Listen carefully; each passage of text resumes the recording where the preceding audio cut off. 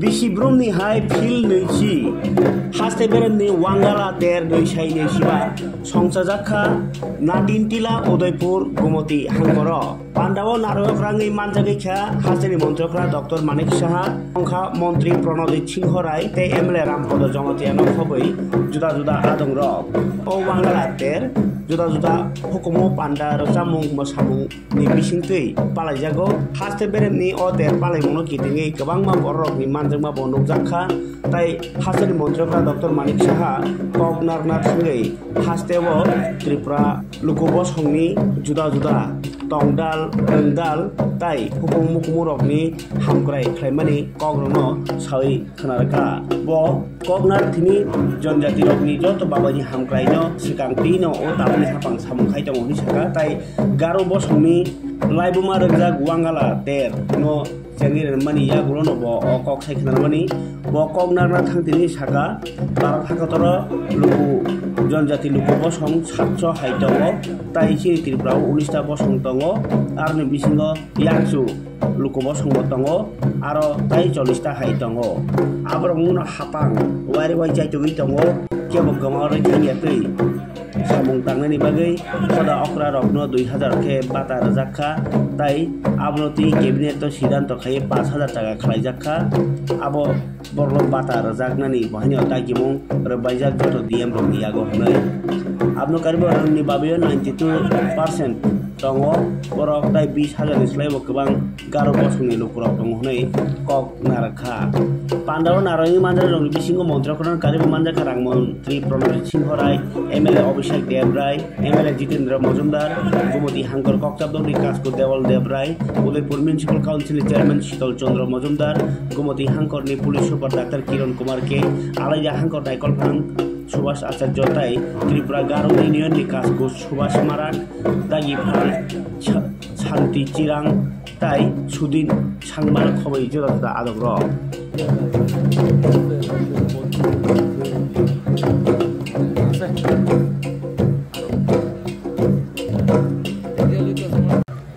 থেকে 20তম রাজ্যভিত্তিক ঐতিহ্যবাহী যে ওয়ানগালা উৎসব গারো কমিউনিটির আমাদের সেই পাগড়ি পরিয়ে আমরা বরণ করছি আমাদের রাজ্যের মাননীয় মুখ্যমন্ত্রী প্রফেসর ডক্টর মানিক সাহা মহোদয়কে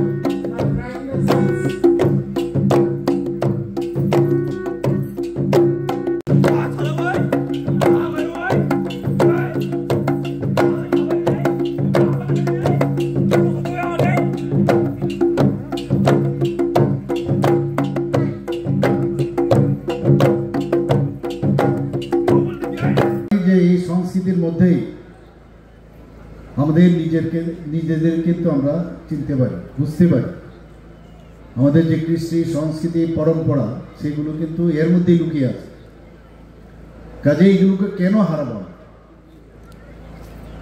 আমাদের মাননীয় প্রধানমন্ত্রী বারবার বলছেন সবকা সাথ সবকা বিকাশ বিশ্বাস আর তার প্রয়াস প্রতিটি মানুষকে যদি প্রতিটা গোষ্ঠীকে যদি আমরা তাদেরকে সব দিকে যদি আমরা শ্রেষ্ঠত্বের দিকে যদি আমরা না দাবিত করতে পারি তাহলে তো আমরা যে সমাজ পরিবর্তনের কথা বলছি সেটা কোনোদিন সম্ভব হবে।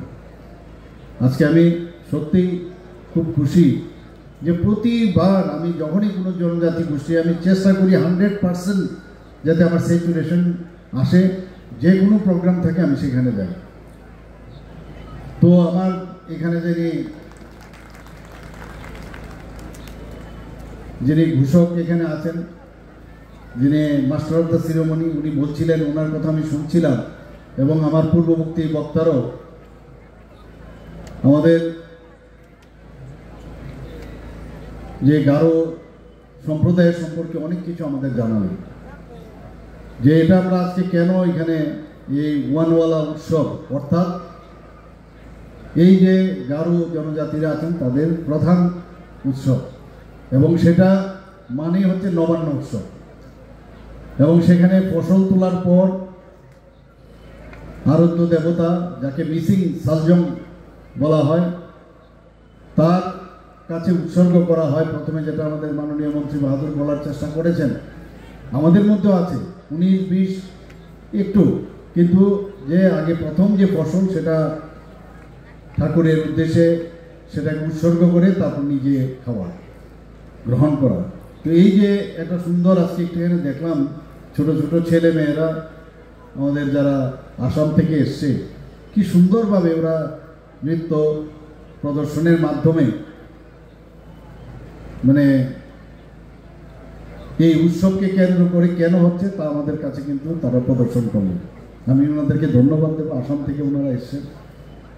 এবং আমি যা দেখলাম এদের মেন উদ্দেশ্য হচ্ছে যে এই যে পুজো হচ্ছে সেই পুজোর মাধ্যমে আমরা আগামী দিনও যাতে ভালো ফসল করতে পারি, তার জন্য মার কাছে, আদ্য দেবতাকে কাছে আবেদন বা সেই প্রার্থনা করেন।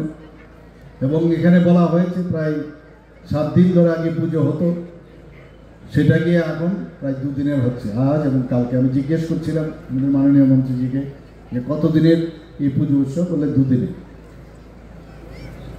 আমরা এর আগেও আপনারা দেখেছেন যেখানে যেখানে পুজো পর্বণ হয়, এবারও দেখবেন আমরা দুর্গা পূজা,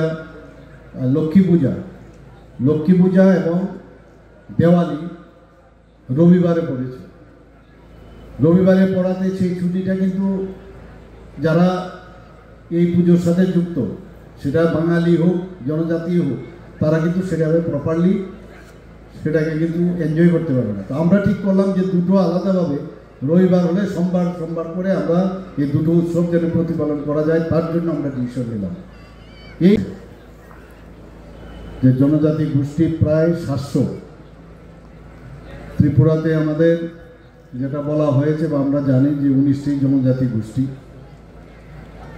কিন্তু এই 19টি জনজাতি গোষ্ঠী বাদ দিলেও আমাদের এখানে সাব ট্রাইবস অনেক গোষ্ঠী আছে। এখানে এর সংখ্যা প্রায়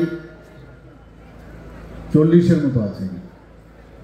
এবং আমাদের সরকার বারবার আমরা চেষ্টা করছি যে কোনো যারা এই ধরনের সাব ট্রাইবসগুলো আছে বা যেই যার জনজাতি গোষ্ঠী হোক, সেগুলো যেন এক্সটিংক্ট না হয়, তারা যেন হারিয়ে না যায়, তার জন্য আমরা প্রতিনিয়ত আমরা চেষ্টা করছি। এই ধরনের অনুষ্ঠান যাতে হয়, আমাদের তথ্য সংস্কৃতি দপ্তর থেকে সাহায্যের হাত বাড়িয়ে দিয়েছে, আজকেও তার ব্যতিক্রম নয়। এবং আপনারা জানেন যে আমাদের এই যে জনজাতি গোষ্ঠীগুলোর যারা সমাজপতিরা আছেন, তাদেরকে আমরা একটা সাম্মানিক আমরা দিচ্ছি। এবার ক্যাবিনেটে আমরা আগে আমাদের সরকার আসার পর তাদেরকে 2000 টাকা করে আমরা সাম্মানিক ভাতা দিতাম। আমাদের সরকার আসার পরে এটা প্রথম, এর আগে কিন্তু এর আগের সরকার কোনো দেয়নি, বিষয়ে চিন্তা ভাবনা করেনি। এবার আমরা কিছুদিন আগে ক্যাবিনেটে ডিসিশন নিলাম, সেই ডিসিশনে বললাম যে 2000 না 5000 ওনারা সমাজের জন্য কাজ করেন। তাছাড়া দেখা গেছে আগে যখন আমরা এই ডিসিশনটা নিই, সেখানে একটা ক্যাপিং ছিল। ক্যাপিং মানে কেউ যদি কোনো পেনশনার্স হন, সমাজপতি বা কেউ চাকরি করছেন, তাহলে তাকে এই যে সাম্মানিকটা দেওয়া হতো সেটা দেওয়া হতো। আমরা ক্যাবিনেটে বসে ডিসিশন নিলাম যে না, যারা সমাজের জন্য কাজ করছে, সে কর্মচারী হোক, সরকারি কর্মচারী হোক বা পেনশনার্স হোক, সবার জন্য আমরা সেটা দিই। তো এখানে এটা তুলে দেওয়ার পর দেখা গেল আগে 10জন সমাজপতি গোষ্ঠী যারা আছেন তাদেরকে দেওয়া হতো। এটা তুলে দেওয়ার পরে দেখা গেল প্রায় 13-14টা হয়। তাহলে 19টি জাতীয় গোষ্ঠী আমরা জানি, তাহলে বাকিগুলো কোথায় গেল? দেখা গেল ওনাদের যে সমাজ ব্যবস্থা বা সমাজপতি সিস্টেম সেখানে নেই। তো আমি বললাম সমাজপতি যদি না থাকে, কেউ তো হবে, প্রধান হবে, কান্ডারি হবে বা কেউ সর্দার হবে, তো তাদেরকেও আমরা এই 5,000 করে আমরা দেবো। শুধু তাই নয়, আমরা ঠিক করলাম যে আরও যেসব সাবস্ক্রাইবগুলো আছে তাদেরকেও আমরা সাম্মানিক দেব। সমস্ত ডিস্ট্রিক্ট ম্যাজিস্ট্রেটকে বলা হলো তাদেরকে খুঁজে বের করার জন্য। অনেক জায়গায় আছে মাত্র 1,000, 700, 800 এরকম জনজাতি গোষ্ঠীও আছে। তাদেরকে বের করা, তাদেরকে প্রপারলি যদি আমরা সম্মান দেই, তাহলে এই জনজাতি গোষ্ঠীগুলো আজকে বেঁচে যাবে এবং তাদের পরিচিতিও থাকবে। সমালোচনা হবে আমরা জানি, কিন্তু সমালোচনা যদি প্রপারলি করে সেটা অ্যাকসেপ্টেবল। কিন্তু ভুল বুঝে ডিভাইড করে যদি কেউ অন্য চিন্তাধারায় তাদের ভেস্টেড ইন্টারেস্টের জন্য যদি কাজ করে, তাহলে কিন্তু আমরা সেই জায়গায় আমাদের অবজেকশন থাকবে। এবং মানুষকে বোঝানোর দায়িত্বও কিন্তু আমাদের। এখন আমরা বোঝাচ্ছি মানুষকে, মানুষও বুঝতে পারছে, বিশেষ করে জনজাতি গোষ্ঠী। এতদিন ধরে জনজাতি গোষ্ঠীদেরকে একটা ভ্রান্ত ধারণার বশবর্তী করে, অর্থাৎ ইলেকশনে যাতে জিততে পারে সেই কাজটা করে। আর আমাদের যে উদ্দেশ্য সেটা হচ্ছে তাদের সার্বিক উন্নয়নের কথা আমরা বলি। ডেভেলপমেন্ট ছাড়া কোনো কাজ হবে না। একের পর এক মাননীয় প্রধানমন্ত্রী যে এতগুলো আপনারা দেখেছেন যে কোনোদিন যেটা করেনি, সেটা হচ্ছে জনজাতীয় গৌরব দিবস। জনজাতিদের জন্য যেভাবে বিরসা মুন্ডাজির, অনেকে আমরা নামই শুনিনি, বিরসা মুন্ডাজিকে এই দেশের জন্য যেভাবে উনি নিজেকে উৎসর্গ করেছেন, উনাকে সামনে রেখে আজকে এই জনজাতীয় গৌরব দিবস সেটা পালন হচ্ছে। তো এটা সম্ভব হয়েছে একমাত্র মাননীয় প্রধানমন্ত্রী এবং ভারতীয় জনতা পার্টির যে নেতৃত্বের দিন যে সরকার, সেটা তা সম্ভব হচ্ছে। 39.06% আমরা এডিসিকে দিয়েছি। দায়িত্বের সাথে আমি বলতে পারি। শুধু তাই নয়, এরপর যেটা 2025-26 যে অর্থ বছর, সেখানেই প্রায় সেটা দাঁড়াবে 40%, এবং সেটা আমরা দিচ্ছি এখানে। কিন্তু ভুল বোঝানো যে এডিসিকে এই দেওয়া হয় না, তো সাব প্ল্যানে আরও প্রচুর টাকা আমরা দিচ্ছি।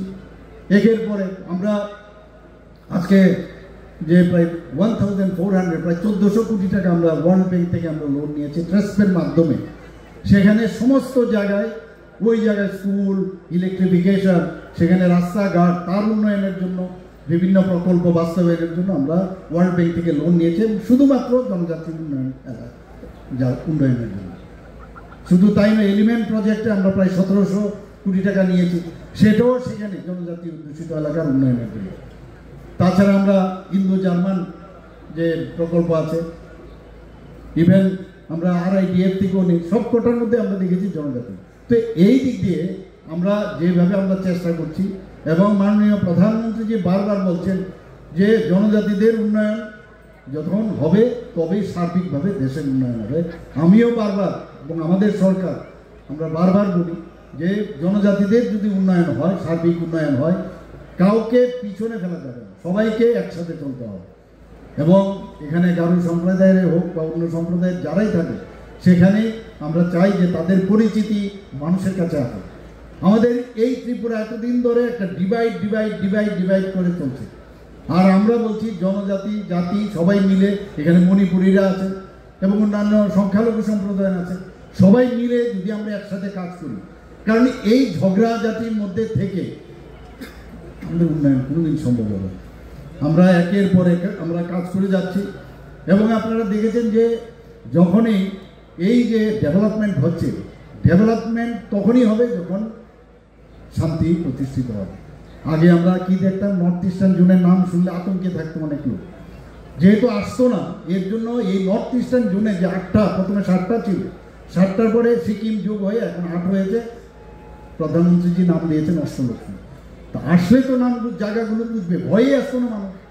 এখন মানুষ আসছে, চাইছে, এখানে আসেও এখন। তো সেটা সম্ভব হয়েছে প্রায় 11 থেকে 12টা মাননীয় প্রধানমন্ত্রীজির যে মার্গদর্শনে এবং আমাদের গৃহমন্ত্রীজি, স্বরাষ্ট্রমন্ত্রীজি, ওনার যেভাবে প্রচেষ্টার ফলে আজকে নর্থ ইস্টার্ন জোনে প্রায় 11 থেকে 12টার মতো এই শান্তি চুক্তি হয়েছে। এতে করে আজকে নর্থ ইস্টার্ন জোনে মানুষ আসছে, ডেভেলপমেন্টও হচ্ছে। ত্রিপুরাতেও সেভাবে ডেভেলপমেন্ট হচ্ছে। এখানে আপনারা সবাই জানেন যে কিছুদিন আগে আজকে জনজাতিদের নিয়ে যদি কোনো সরকার যদি ভেবে থাকে, সেটা আমরা দেখেছি। আমাদের যে সরকার, বিজেপির নেতৃত্বাধীন যে সরকার, সেটা কেন্দ্রেই হোক রাজ্যেই হোক, সব জায়গায় এর আগে কিন্তু কেউ এইভাবে চিন্তা করে। আমরা দেখেছি আগে যে ইউনিয়ন মিনিস্ট্রির মধ্যে একটা মানে জাস্ট অন্যান্য মিনিস্ট্রির সাথে একটা ছোট একটা সংস্থা হিসাবে সেটা রাখা হতো। আমাদের অটল বিহারী বাজপেয়ী যখন প্রধানমন্ত্রী হন, সেখানে আলাদাভাবে নতুন করে প্রথম যে ট্রাইবেল ওয়েলফেয়ার মিনিস্ট্রি করে সেখানে ঘোষণা করা হয়। তো সেটা যখন 1999-এ সেটা ঘোষণা করা হয়, তারপর থেকে ক্রমান্বয়ে মাননীয় প্রধানমন্ত্রী যে এখন আমাদের যে নরেন্দ্র মোদীজি আসার পর আপনারা দেখেছেন একের পরে জনজাতিদের কল্যাণের কথা চিন্তা করেন এবং বারবার উনি বলছেন যে যাদের কথা কেউ এতদিন ধরে শুনেননি তাদের কথা আমাদের ভাবতে হবে। সবাইকে নিয়ে যদি আমরা না চলি, যে 2047 যেটা বলা হয়েছে বিকশিত ভারত, প্রতিটি মানুষের তাদের সাংস্কৃতিকভাবেই হোক, এডুকেশনের দিক দিয়ে হোক, তাদের আর্থসামাজিক উন্নয়ন হোক, যদি সবার উন্নয়ন হয় তবে গিয়ে আমাদের যে পূর্ণ বিকাশ যেটাকে বলে, মানে সব দিক দিয়ে যে বিকাশ, একটা ডেভেলপ কান্ট্রি, সেটা সম্ভব হবে। তো আমরাও ত্রিপুরাতে আমরা যে 2047 আমাদের ত্রিপুরার কি বিকাশ যাত্রা হবে তাও কিন্তু আমরা প্রকাশ করেছি। আপনারা সবাই জানেন যে প্রতিটা রাজ্য যদি তাদের এই ডেস্টিনেশনের দিকে না যায় তাহলে ভারতেরও সেটা হবে না। বিকশিত ত্রিপুরা, বিকশিত অন্য স্টেট, আসাম, এগুলো যদি হয় তবে বিকশিত ভারত হবে। আমরাও আমাদের সেটা কিন্তু টাইমলি আমরা করেছি এবং আপনারা শুনে খুশি হবেন, ত্রিপুরা একমাত্র রাজ্য, হয়তো আরও আগেও আমরা দিতে পারতাম, অনেকগুলো টেকনিক্যাল কারণে আমরা সেটা দিতে পারিনি। 5th পজিশনে আমরা সাবমিশনের দিক দিয়ে, সেই দিকে দাঁড়িয়ে আজকে কিন্তু আমরাও মাননীয় প্রধানমন্ত্রীজির হাতকে শক্তিশালী করার জন্য আমরা চেষ্টা করছি। আজকে যেভাবে আমাদের নর্থ ইস্টার্ন জোনের ত্রিপুরাতে আপনারা জানেন যে আমাদের যে পার ক্যাপিটা ইনকাম যদি আমরা দেখি, ত্রিপুরা কিন্তু সেকেন্ড বেস্ট, এবং এখানে জিএসডিপির কথা যদি বলি ত্রিপুরা কিন্তু সেকেন্ড বেস্ট। আজকে নীতি আয়োগ কি বলছে যে ত্রিপুরা কিন্তু এখন ফ্রন্ট রানার স্টেট হয়ে গেছে। আমাদের বিভিন্ন ক্ষেত্রে আপনারা যদি দেখেন যে যেখানে পঞ্চায়েতের বিষয় 7-7টা, এই গোমতী ডিস্ট্রিক্ট ওয়াইজে ভালো তাদের কাজের জন্য সেটাও এই কেন্দ্রীয় সরকার মূল্যায়ন করেছে, পুরস্কৃত করেছে। মানে ল অ্যান্ড অর্ডারের কথা যদি বলেন, সারা ভারতবর্ষে 28টা রাজ্যের মধ্যে নিচের দিক দিয়ে we are in 3rd position. অর্থাৎ মানে সাধারণ মানুষের প্রতি যে নিষ্ঠা এবং তাদের প্রতি যে আমাদের অ্যাকাউন্টেবিলিটি, তাতে কিন্তু আমার মনে হয় সেটা পরিস্ফুটিত হয়। আমরা এর আগেও গড়িয়া পুজো 1 দিনের ছুটি ছিল, আমরা সেখানে 1 দিনের জায়গায় 2 দিনের আমরা ছুটি দিয়েছি, যাতে আরও বেশি করে গড়িয়া পূজা আরও পালন করা যায়। কিছুদিন আগে আমি সংগ্রামা যে পুজো, সেখানেও আমি গিয়েছিলাম। ওনারাও দাবি করেছিলেন যে আমাদের রেস্ট্রিক্টেড হলিডে যদি আপনারা ক্যালেন্ডারে লিস্ট করতে পারেন তাহলে আমরা খুব খুশি হব। তো আমি ক্যাবিনেটে গিয়ে সেই প্রস্তাব আমি রাখি এবং সেখানেও তাদের জন্য কিন্তু রেস্ট্রিক্টেড হলিডে ক্যালেন্ডারে ঢুকে গেছে। আজকে এখানে আপনাদের সভাপতিজি আমার কাছে আবার সে একই রেস্ট্রিক্টেড হলিডের জন্য গারো যে উৎসব, তার জন্য উনি দাবি রেখেছেন। আমি দেখব গিয়ে, আমি অন্যান্য মন্ত্রিসভার সদস্যদের সাথে কথা বলবো। আইন অনুযায়ী দেখতে হয় অনেক সময়, যেমন মেইন যে আমাদের ছুটিগুলো আছে 30 দিনের বেশি দেওয়া যায় না। তো সেই জায়গায় রেস্ট্রিক্টেড হলিডে নিশ্চয়ই আমরা তো চাই যখন আমরা মুখে যেটা বলছি সেটা যেন করতে পারি, নিশ্চয়ই আমরা এই বিষয়টা আমরা দেখব। এখানে আমি মন্ত্রিসভার একজন প্রধান এবং আরেকজন মন্ত্রিসভার এখানে আছেন, কাজে দুজন তো হয়ে গেল, বাকি আমরা দেখছি যে যখন কথা বলবো নিশ্চয়ই আমরা এই বিষয়টা দেখব। আজকে এখানে যা শুনলাম যে প্রায় 20,000-এর উপরে 11 সম্প্রদায়ের বসবাস এই ত্রিপুরাতে, এবং আমার এটাও ভালো লেগেছে, আমার পূর্ববর্তী বক্তারাও বলেছেন যে যদিও সংখ্যা কোনো অবস্থায় খাটো করে দেখার উপায় নেই, এডুকেশনের দিক দিয়ে প্রায় 92%, ভাবা যায় না সেখানে। আমাদের ত্রিপুরাতে আপনারা জানেন যে তৃতীয় রাজ্য, যেখানে পূর্ণ সাক্ষরতা রাজ্য হিসাবে ঘোষণা পেয়েছে, আমরা 3rd স্টেট, সেখানে ইউনেস্কোর যে ডাইরেকশন, সেখানে 95% যদি সেই সাক্ষরতার দিকে যদি কোনো রাজ্য হয়, তাহলেই যে ক্রাইটেরিয়া আছে প্রায় 6-7টা শুধু সাইন করলেই হবে না, অনেক ক্রাইটেরিয়া আছে। তো আমাদের সেখানে সেই জায়গায় এসছে। তো এখানে এই যে 92% এই শিক্ষার দিক দিয়ে 11 সম্প্রদায়ের যারা আছেন তারা যেহেতু এগিয়ে গেছেন, এগুলো কিন্তু সব আসে এগুলোতে। এতে করে কিন্তু আজকে আমরা খুশি যে মিজোরাম এবং গোয়ার পরে আমরা 3rd পজিশন। এখানে একটু আগে বলা হয়েছে যে আসাম, মেঘালয়, কোচবিহার, নাগাল্যান্ড, মণিপুর, অরুণাচল প্রদেশ, ইভেন আমাদের প্রতিবেশী যে রাষ্ট্র বাংলাদেশ, মায়ানমার, চীন দেশেও এই 11 সম্প্রদায়ের যারা অনেক ওখানে আছেন। এবং এমনও হতে পারে একদিন ইন্টারন্যাশনাল 11 ফেস্টিভ্যাল কেন হবে না ত্রিপুরাতে, করা যেতে পারে যদি আমরা এইভাবে চিন্তা ভাবনা করি, সরকারের পৃষ্ঠপোষকতায় আমরা চেষ্টা করতে পারি। কারণ আমরা চাই যে, কারণ যে কোনো সংস্কৃতি এটা কিন্তু একটা অলংকার, একটা অর্নামেন্টস আমি মনে করি, এবং তার মধ্যে আমরা আমাদের নতুন নতুন আরও কিছু এর মধ্যে যোগদান করা যায়। আগের যেটা আছে সেটা থাকবে, নতুন নতুন কি এর মধ্যে যোগদান করা যায় সেগুলোও কিন্তু চলে আসবে। এবং এমনও হতে পারে যে চীন দেশে যে 11 সম্প্রদায় আছে সেখানে আরও অনেক কিছু উৎকৃষ্ট মানের তাদের সংস্কৃতি রয়েছে, বা মায়ানমারেও সেটা রয়েছে, বাংলাদেশেও থাকতে পারে। তো এদের থেকেও আমাদের যেমন একটা মানে এক্সচেঞ্জ অফ আওয়ার সংস্কৃতি যখন হবে, তাহলে আমরা কিন্তু অনেক বেটার হবে। সেইভাবেও আমি বলবো যে আমরা চিন্তা ভাবনা করতে পারি। ইভেন ত্রিপুরাতে আপনারা দেখুন 2019 থেকে আমাদের সরকার আসার পর এক নাগারে 7 জন এই জনজাতি সম্প্রদায়ের বিভিন্ন কাজে যারা ভালো কাজ করেছেন তাদেরকে আজকে পদ্মশ্রী উপাধি দিয়ে সম্মানিত করা হয়েছে। কাজের মাধ্যমে আমাদের পরিচয়। আপনারা একবার ভাবুন যে ভারতবর্ষের মাননীয় রাষ্ট্রপতি একজন জনজাতি গোষ্ঠীর অজগায় উড়িষ্যা, সেখান থেকে ওনাকে আজকে রাষ্ট্রপতি বানিয়েছেন। ত্রিপুরার রাজ পরিবারের একজন ব্যক্তি, আপনারা সবাই জানেন আমাদের আদরণীয় জিষ্ণুদেব বর্মা মহোদয়।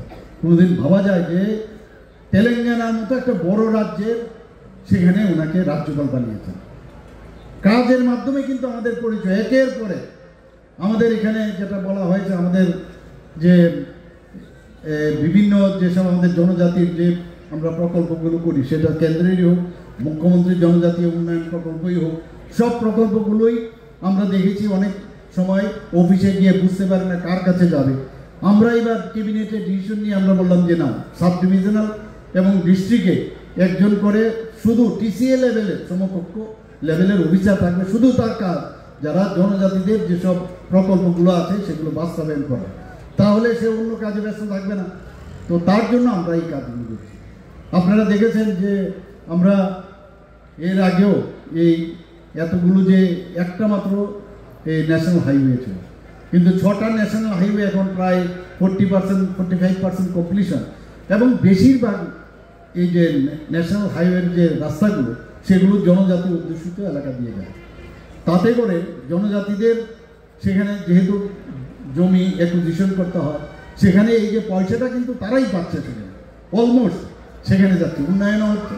যেহেতু এতগুলো জনজাতির এলাকা যাচ্ছে, সেখানে ন্যাশনাল হাইওয়ে হচ্ছে, তাদেরও কিন্তু জীবন জীবিকা অনেকটা বেটার হচ্ছে। তো সেইভাবে আমরা কাজ করছি। আমরা এডিসি মধ্যে আপনারা দেখেছেন যে এডিসির মধ্যে আমাদের যে বাজেট, সেখানে 2024-25 অর্থ বছরে আমরা 30,296 কোটি টাকা আমরা দিয়েছি। অনেকে অনেক কথা বলে, কিন্তু কাগজ নিয়ে কথা বলুক আমাদের সঙ্গে। আমরা চাই যে এডিসির মাধ্যমে জনজাতিদের উন্নয়ন হবে, এবং সেটা কিন্তু আমরা পরীক্ষিত। কেবিনে আমরা যখন বিধানসভাতে, সেখানেও আমি বারবার বলেছি। এবং যদি আমরা বেতন ভাতা এবং পেনশন এবং লোন যে আমরা নেই গভর্নমেন্ট অফ ত্রিপুরা, সেই লোনগুলো আমাদের পরিশোধ করতে হয়, সেগুলো আমাদের কমিটেড এক্সপেন্ডিচার। এখানে মাননীয় অর্থমন্ত্রী মহোদয় আছেন, উনি আমার থেকে আরও ভালো জানেন। এইগুলো বাদ দিলে প্রায় 17,014 কোটি টাকা আমাদের থাকে। এর মধ্যে একটা বিজনেস সামিট হয়েছিল, প্রধানমন্ত্রীজিও সেখানে উনি সেখানে ছিলেন। সেখানে দেখা গেছে যে অষ্টলক্ষ্মীর যে রাজ্যগুলো সেখানে গেছেন, 30,000 কোটি টাকা সেখানে মৌ হয়েছে। আপনারা শুনে খুশি হবেন, এই 30,000 কোটি টাকা এই 8টা যে স্টেট বললাম সবাই মিলে হয়েছে। এর মধ্যে 15,000 করোড় শুধু ত্রিপুরার জন্য মৌ হয়েছে। আমি নিজেও যখন আমি সেখান থেকে যখন ইনোগ্রেশন সেশন শেষ হলো, সবাই বললেন যে ত্রিপুরার স্টলে আপনি আসবেন। আমি দেখলাম অনেক স্টলগুলো খালি। ত্রিপুরার স্টলে আমি ঢুকতেই পারছিলাম না, এত ভিড়। অর্থাৎ মানুষ যে নিবেশ করে, যে সে বুঝবে যে ওই জায়গাটা আমি নিবেশ করলে আমার, আজকে ওয়েস্ট বেঙ্গলের অবস্থা আপনারা চিন্তা করুন, সমস্ত ইন্ডাস্ট্রি চলে যাচ্ছে। অথচ এত বড়, আজকে আমরা জানতাম যে what Bengal things today India things tomorrow. আজকে কী অবস্থা, টাটা চলে যাচ্ছে, বিভিন্ন যেসব কোম্পানিগুলো সব চলে যাচ্ছে, কারণ জানে যে ওখানে গেলে জিন্দাবাদ জিন্দাবাদ এইসব হবে। আজকে আমাদের এখানে মাননীয় প্রধানমন্ত্রীর যে নেতৃত্বে লেবার যে আইন, সেটাকে বিভিন্নভাবে রিফর্ম করে 4টা আইনের মধ্যে সেখানে নিয়ে আসছে এত সুন্দরভাবে, যে মহিলাদেরকেও কিন্তু সেখানে তাদেরকে মানে আরও বেশি যাতে কাজ করতে পারে, এবং খুব সুন্দর। আমি নিজেও সেটা পড়েছি, সেটাকে নিয়েও আমি দেখছি বামপন্থীরা চিৎকার আরম্ভ করেছে, কারণ ওদের কাজেই হচ্ছে এটা। তো সেই জায়গায় দাঁড়িয়ে আজকে মানুষ এখানে ত্রিপুরাতে আসতে চাইছে, নিবেশ করতে চাইছে। সিকিউর যতক্ষণ ধরে না হবে ততক্ষণ একটা রাজ্য ডেভেলপ করবে না। আমি নিশ্চিত যে আগামী দিন আমাদের এখানে ডেভেলপমেন্ট হবে। এখানে সমস্ত সম্প্রদায়, এটা শুধু একটা পার্টিকুলার সম্প্রদায়ের জন্য, একটা ইন্ডাস্ট্রি যদি হয়, এখানে এতগুলো ইউনিভার্সিটি এখানে এসছে, মাতা ত্রিপুরা সুন্দরী যে ওপেন ইউনিভার্সিটি আপনাদের এই মাতাবাড়ি কেন্দ্রেতেই আসছে, সেটা হয়েছে। তো এরকম এখানে আমাদের যে আরিয়াভাট ইউনিভার্সিটি হয়েছে নর্থে, এখানে ইন্টারন্যাশনাল ইউনিভার্সিটি হয়েছে আমাদের বুদ্ধিস্ট যে ইউনিভার্সিটি এখানে, সেটাও হচ্ছে। তো সব মিলিয়ে এখানে প্রচুর আরও অনেকগুলো পাইপলাইন আছে। এখানে এতগুলো ইউনিভার্সিটি হচ্ছে, আগে তো কোথায় কিছুই ছিল না। মেডিকেল কলেজ হচ্ছে আমাদের সরকারি, এবং সরকার বাদেও 3-3টা মেডিকেল কলেজ, সরকারি ডেন্টাল কলেজ হচ্ছে। কিছুদিন আগে দেখেছেন প্রায় 175 কোটি টাকা করে, প্রায় 140 কোটি টাকার মতো আমরা পেয়েছি, 70 কোটি টাকা মোস্ট প্রবাবলি। তো সেই জায়গার মধ্যে হোমিওপ্যাথিক কলেজ হচ্ছে, আয়ুর্বেদিক কলেজ হচ্ছে। আপনারা দেখবেন এর মধ্যে আপনাদের এখানেও একটা কলেজ হতে পারে। তো সেই চিন্তা ভাবনা আমরা করছি সমস্ত জায়গায়, একের পর সারা ত্রিপুরাতে আমরা, যাতে আমার এখানে বহু লোক আসে। আমি বললাম আগরতলাতে আর কোথাও করবেন, এটা সিচুয়েশন হয়েছে, জায়গা কম। এখন বলা ছিল খাওয়া দাওয়ার একটা সমস্যা ছিল, রেশন পানি, সেটাও আমরা কথা বলেছি।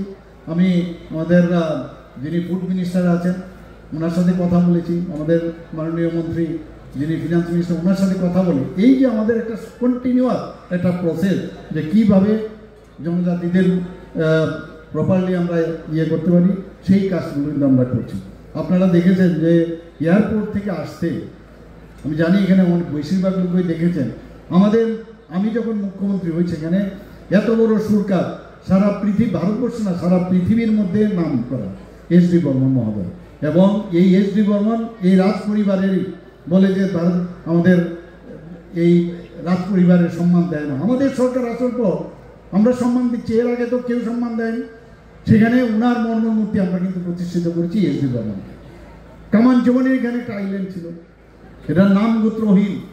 আমি একদম ছোট যখন ছিলাম সেখানেও আমি দেখেছি যে 0 মাইল ফলক, অর্থাৎ তখন মাইল হতো, সেই ফলক মাটির নিচে চলে গেছে। আমি সেটাকে উঠালাম সেখানে। এবং আমরা সবাই জানি মহারাজা বীর বিক্রম কিশোর মাণিক্য বাহাদুরকে আধুনিক ত্রিপুরার রূপকার বলা হয়, উনার নামে সেখানে মূর্তি আমরা স্থাপন করেছি। একের পরে আমরা কাজ করেছি। শুধু তাই নয়, মহারাজা বীর বিক্রম আমরা জানি যে দ্বিতীয় বিশ্বযুদ্ধের শেষ ভাগে উনি এখানে সিঙ্গারবিল এয়ারপোর্ট উনার কারণে one of the oldest airport সেটা করেছেন। সেটাকে মাননীয় প্রধানমন্ত্রী দিয়েছে। এখন অনেকে বলছে আমাদের সম্মান দেয়নি। আরে আগে কোথায় ছিলেন আপনারা? 2018 আগে তো রায় শব্দও শুনিনি, এখন নানা রকম কথা বলছেন। আপনার মাতাবাড়ি ঠিক হোক, তারপরে আমরা পাঠাবো সাবরুমে, সাবরুম থেকে আমরা ধর্মনগর পাঠাবো। অলরেডি এখানের মধ্যে স্যাটেলাইট যে টাউন আপনার 3টা জায়গায় আমরা শুরু করেছি, আগরতলা, ধর্মনগর এবং উদয়পুরে। তো এই যে একটা সার্বিক উন্নয়ন, ডেভেলপমেন্ট ছাড়া কিচ্ছু হবে না। মানুষের কর্মসংস্থানের সুযোগ করতে হবে। চাকরি দেয় না চিৎকার করে। আমাদের সরকার আসার পর আপনারা দেখেছেন ট্রান্সপারেন্সির মাধ্যমে 20,000-এর উপরে আমরা সরকারি চাকরি আমরা দিয়েছি। আর আমরা আউটসোর্স এবং ইত্যাদি বাদ দিয়ে যদি আমরা দেখি সেখানে 9,000 আমরা দিয়েছি। তো ট্রান্সপারেন্সির মাধ্যমে আমরা কাজ, কোনো চ্যালেঞ্জ হয় না। আগে তো চাকরি দিলেই চ্যালেঞ্জ হতো। তো আমাদের মধ্যে ট্রান্সপারেন্সির বিষয় আছে, আমরা ট্রান্সপারেন্সির মাধ্যমে আমরা কাজ করি। এবং যেভাবে এখানে যারা সারেন্ডার করেছে, যারা উগ্রপন্থায় বিশ্বাস করছে, তাদের জন্য শুধু সারেন্ডার না, তাদের জন্য প্রায় 250 কোটি টাকার প্যাকেজ ডিক্লেয়ার করা হয়েছে। আমার সামনে ওরা যে অস্ত্র সমর্পণ করেছে তাদের জন্য প্রতিনিয়ত যেসব ক্রাইটেরিয়া আছে সেই ক্রাইটেরিয়ার উপর ভিত্তি করে তাদেরকে প্রপারলি যাতে রিহেবিলিট করা যায় সেই কাজটা করে। 23 বছর সমানে আপনারা ভাবুন এই সরকার কতটুকু আন্তরিক এবং মানবিক, যে 23 বছর ধরে যারা এই মিজোরাম থেকে আছে রিয়াং শরণার্থী, তাদের জন্য কেউ চিন্তা ভাবনা করেনি। এই যে এতগুলো লোককে তাদেরকে প্রায় 12টা জায়গার মধ্যে আমরা সেটেলমেন্ট করেছি। আমি যখন মুখ্যমন্ত্রী হই আরও বেশি করে এটাকে এক্সপেডিট করেছি এবং 12টা জায়গায় সেটেল হয়েছে। তাদেরকে সেখানে প্রায় 18 সেখানে প্রথমে ছিল 500 কোটি টাকা, সেই জায়গায় এখন 800 কোটি টাকা আমাদের কেন্দ্রীয় সরকার দিচ্ছে। আর আমাদের সরকার সেখানে তাদের থাকার যে রাস্তাঘাট, ইলেকট্রিসিটি, জল ইত্যাদি দেওয়ার ব্যবস্থা আমরা করছি। এবং তাদেরকে যাতে ওখানকার শুধু এটা দিলে হবে না, আমাদের মাননীয় কেন্দ্রীয় মন্ত্রী, স্বরাষ্ট্রমন্ত্রী উনি এসেছিলেন বিভিন্ন ক্যাম্পে, আমবাসার এখানে একটা ক্যাম্পে আমরা গিয়েছিলাম সেখানে। তো সেখানে উনি বলেছেন যে ওনাদেরকে যাতে ট্রেনিং দিয়ে যাতে ওনারা কাজ করতে পারে, সেই ইউথ যারা আছেন তাদেরকে আমরা সেই কাজটা আমরা এখানে করেছি। এবং বিভিন্ন আমরা ছয়লামটাতে আমি গিয়েছি, তাদেরকে যে বিভিন্ন যে ছিলই না সেই গণতন্ত্রতে থেকে নানা রকম দাবি দেওয়া, যুক্তিসঙ্গত দাবি দেওয়া হোক, আমরা সেটা মেনে নেব। মানে এমন সব দাবি দেওয়া যেটা সম্ভবই হবে না, অথচ সেটাকে নিয়ে যদি সারাক্ষণ ধরে এটাকে ক্যাওয়াস করা যায় তাহলে এই সরকার একটা ডিস্টারবেন্সে থাকবে এবং যারা আমরা জনজাতি গোষ্ঠী আছেন তাদেরকেও একটা বিভ্রান্তির মধ্যে রাখা। আমরা সেইগুলো এখন মানুষ বুঝে গেছে এখন। আমরা সেই জায়গায় এখন আমরা সেই কাজটা আমরা করছি এখানে। বন্ধুগণ, লেখাপড়ার কথা বলা হচ্ছে, আমাদের গারো সম্প্রদায়ের এত ভালো রেজাল্ট আমি বললাম। আমাদের মাননীয় প্রধানমন্ত্রী বারবার বলছেন যে যারা জনজাতি গোষ্ঠী তাদেরকে প্রপার এডুকেশন দরকার। আমাদের ভারতীয় তথ্যের মধ্যে যে এডুকেশন রয়েছে, আমরা সবাই জানি যে আগে এক সময় বিদেশ থেকে ভারতবর্ষে আসতে পড়তে, নালন্দার কথা যদি বলি, তক্ষশিলার কথা বলি, এরকম অনেক ইউনিভার্সিটি ছিল। আজকে আমাদের অনেক গার্জিয়ান যারা আছেন, আমাদের ছেলে মেয়েকে যখন বিদেশে পাঠায়, যে আমেরিকাতে থাকে, লন্ডনে থাকে, আমরা খুব নিজেকে প্রাউড ফিল করি। একটা সময় ছিল ভারতবর্ষে এসে পড়াশোনা করতো এখানে, আর সেই জায়গায় আজকে নালন্দাকে একদম মাটির নিচে চলে গেছে। সেই জায়গায় এখন নতুনভাবে সেটাকে আত্মপ্রকাশ করার আবার পুনর্জাগরণ মাননীয় প্রধানমন্ত্রীজি করছে। এবং এই ত্রিপুরাতে অলরেডি EMRS অর্থাৎ একলব্য মডেল রেসিডেন্সিয়াল স্কুল 21টা, আগে 4টেই ছিল আমাদের আসার আগে, সেই জায়গায় দাঁড়িয়ে সেখানে আজকে প্রায় 21টা একলব্য মডেল রেসিডেন্সিয়াল স্কুল মাননীয় প্রধানমন্ত্রীজি দিয়েছেন। অলরেডি 12টা, অলরেডি 6টার মতো শুরু হয়ে গেছে, বাকি আরও 6টা হবে, আরও বাকিগুলো আছে সেগুলো কমপ্লিট হবে এর মধ্যে। আরও এর মধ্যে ক্রাইটেরিয়াটা কি, যে 20,000 সেখানে ট্রাইবেল থাকতে হবে এবং তাও কি টোটাল পপুলেশনের 50% যদি হয় তাহলেই সেটা দেওয়া যায়। তো সেই ক্রাইটেরিয়াতে আমি দেখলাম যে 1-2 জায়গার মধ্যে একটু সমস্যা আছে, সেখানে যদি কনসিডার করে কম্প্রোমাইজ করে তো 15টা আরও যাতে হয়, তার জন্য আমি এবার দাবি করে এসেছি দিল্লিতে গিয়ে। তো আমাদের সবসময় আমরা চেষ্টা করি বিভিন্ন যেসব পাহাড় আছে, হাতাইকোতার আমরা নাম দিয়েছি বড় মোড়ার, গন্ডা তুইসা নাম দিয়েছি, গন্ডা চড়ার 18 মোড়ার নাম হাঁচুক বেরুক, এরকম প্রচুর। আমি এখানে এত কাজ আমরা করেছি যে এখানে যদি আমি বলি সেটা শেষ করা যাবে না। হোস্টেল আমাদের এখানে শুধু জনজাতিদের জন্য আমরা সেটা করছি। এখানে আপনাদের 100 শয্যা বিশিষ্ট 3টি এসটি হোস্টেল স্থাপন করা হবে এবারের বাজেটে। 50 শয্যা 260টি নতুন এসটি হোস্টেল হবে ইত্যাদি। বিভিন্নভাবে যারা নিট, জি এবং সিভিল সার্ভিসে 100 সুপার 100 স্কিম আমরা চালু করেছি এবারের বাজেটে। তো চিফ মিনিস্টার ট্রাইবাল ডেভেলপমেন্ট মিশনে তো একের পর এক আমরা এই কাজটা করছি। আজকের অত্যন্ত ভালো লাগছে যে এখানে আসার পরে আপনাদের কাছ থেকেও আপনাদের এই গোষ্ঠী, জনজাতি গোষ্ঠী সম্পর্কে এখানে জানতে পারলাম। এবং আমি আশা করি যে আগামী দিন আরও, যেটা আমি বললাম, একটু চিন্তা ভাবনা করতে পারেন যে আমার ভারতবর্ষের যে স্টেটগুলো বললাম সেখান থেকেও গারো সম্প্রদায়ের যারা আছেন আমাদের গভর্নমেন্টে হেল্প করবে, তারাও যাতে আসতে পারে এবং পরবর্তী সময়ে ইন্টারন্যাশনালি আপনারা করতে পারেন। আমি আজকের এই যে উৎসব 2 দিন সমানে হবে, চার যে সর্বাঙ্গীন মানে সেটা সাকসেস হোক, সেই আশা রেখে আমার কথা বলা শেষ করছি। নমস্কার, জয় হিন্দ। মাননীয় বিধায়ক রামপদদা বলেছেন যে দেশের সংস্কৃতি মানুষের সংস্কৃতি, এটা তো ঠিক। আমাদের দেশই বহু সংস্কৃতি, বহু জাতি উপজাতির মানুষ, বহু ধর্মের মানুষের এই সমষ্টিতে এই দেশ। প্রত্যেকটি জাতি আলাদা সংস্কৃতি থাকে এবং প্রত্যেকটা জাতি তার নিজের সংস্কৃতিকে যদি গুরুত্ব দিয়ে যাতে তাকে মর্যাদার সঙ্গে না গ্রহণ করে, তাহলে সেই জাতির কোথাও একটা সময় গিয়ে তাকে আস্তে আস্তে হারিয়ে যেতে হয়। এবং তারই লক্ষ্য রেখে যেমন আমাদের দেশের প্রধানমন্ত্রীজি দেশের সংস্কৃতিকে সর্বোচ্চ এবং সেখানে এগিয়ে নেওয়া, তাকে মর্যাদার সঙ্গে তাকে এগিয়ে নিয়ে যাওয়ার যে প্রচেষ্টা, ঠিক তেমনি আমাদের রাজ্য, যে আমাদের জনজাতি অংশে 19টি জনজাতি গোষ্ঠী আছে, রাজ্যে মাননীয় মুখ্যমন্ত্রী মহোদয়ের এই নেতৃত্বে প্রতিটি জনজাতি গোষ্ঠীকে তার সংস্কৃতিকে যাতে মর্যাদার সঙ্গে এগিয়ে নেওয়া যায় এবং তার জন্য আমাদের প্রচেষ্টা যথেষ্ট মাননীয় মুখ্যমন্ত্রী করছে। এবং বিভিন্নভাবে এখানে এই যে অনুষ্ঠান, আমার খুব সৌভাগ্য যে আমি অঙ্গন অনুষ্ঠানে বিগত আমাদের সরকার আসার পর থেকে প্রতিটি উৎসবে আসার সুযোগ হয়েছে। আমি দেখেছি, যখন এর আগে আমি শুনেছি এখানকার গভর্নমেন্টের যারা দায়িত্বে আছেন, যেখানে একটা নামমাত্র একটা উৎসব একটা হতো, সেখানে গুরুত্ব দেওয়া সেখানে ছিল না।